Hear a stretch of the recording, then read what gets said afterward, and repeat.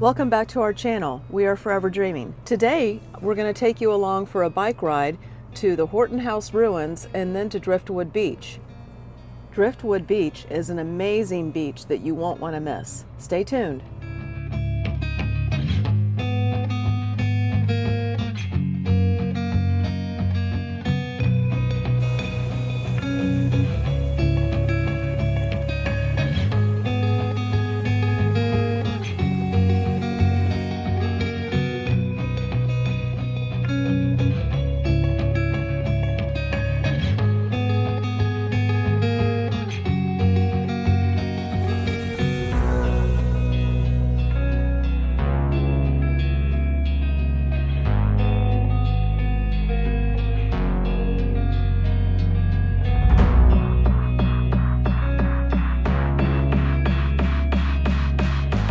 We are headed out of the Jekyll Island campground on our bikes, and we are going to see the Horton House.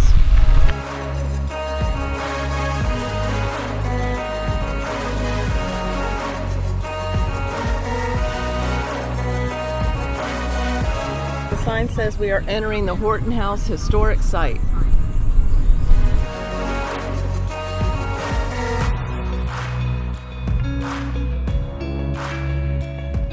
Here it is right here.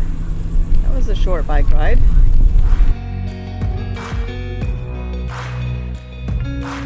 It says the preservation of these ruins was made possible through the National Society of the Colonial Dames of America and the state of Georgia in cooperation with the Jekyll Island State Park Authority. William Horton, Under-Sheriff of Herefordshire, England, came to Georgia in 1736. He built this building for his plantation residence, and it was his home until his death in 1749. Major Horton succeeded Oglethorpe as commander of the regiment of British troops stationed here. He shined in war and in peace, in public and in private stations, given by his descendants.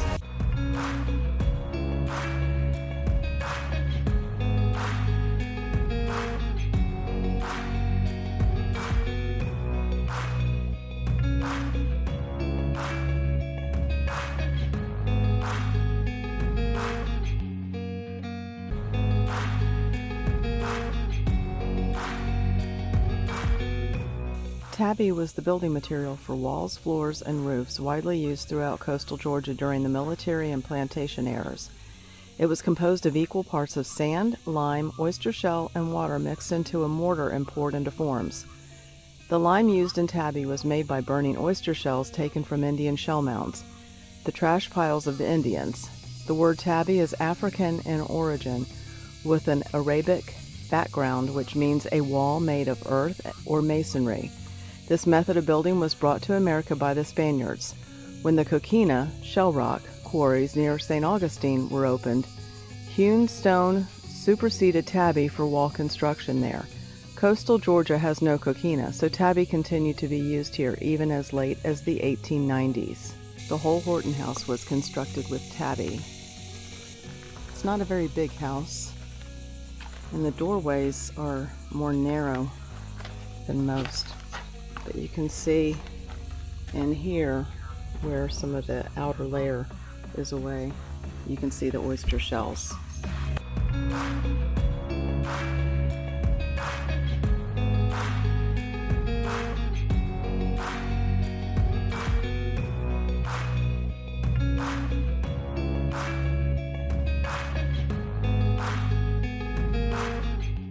We parked our bikes by a couple of trees and just set our alarm, and they're safe. It's July the 25th at 9:28 in the morning. It's kind of overcast. There's Miss Donna, and we're at Driftwood Beach. And it looks like the tide is going out.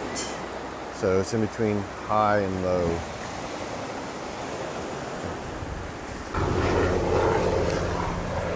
So we took a wrong turn. I led us down a bike path, which we shouldn't have gone on the bike path. We should have just gone straight to the beach, because on Apple Maps it looks like Driftwood Beach is further down the beach, but it's actually right here. We finally made it, got on the right path, and this is just amazing, all this big driftwood on the beach. The sand here is pretty hard packed.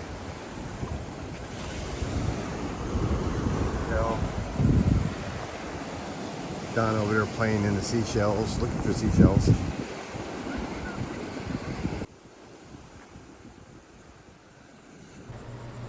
If you're enjoying this video, you know what to do. Please give us a thumbs up.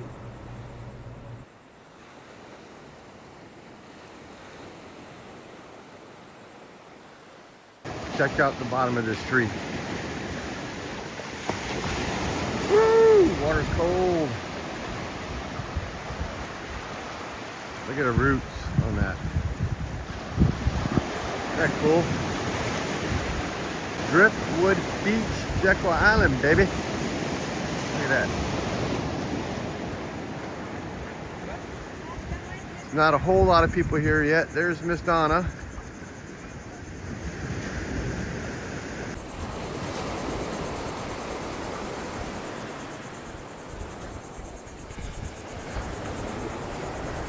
This driftwood looks really cool.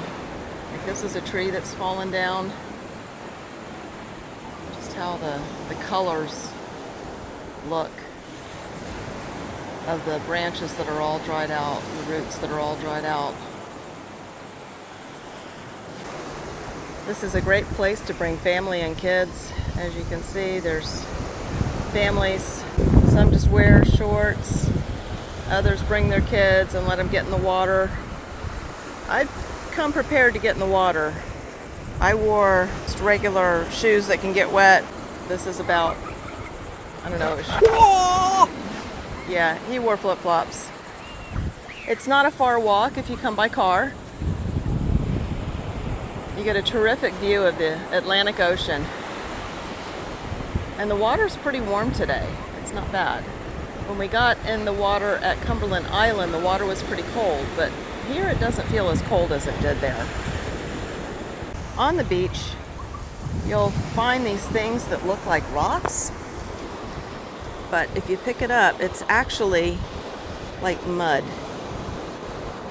like a thick gray mud. Actually, it's more like clay. Okay, time to wash my hands. It came off pretty easy. So what's your impression so far? I've never seen anything like it. It's really cool. It's really beautiful. Looking at the bottoms of the trees where it's all dried out, it's really cool. I like all the different colors and the wood and everything. Never seen anything like it.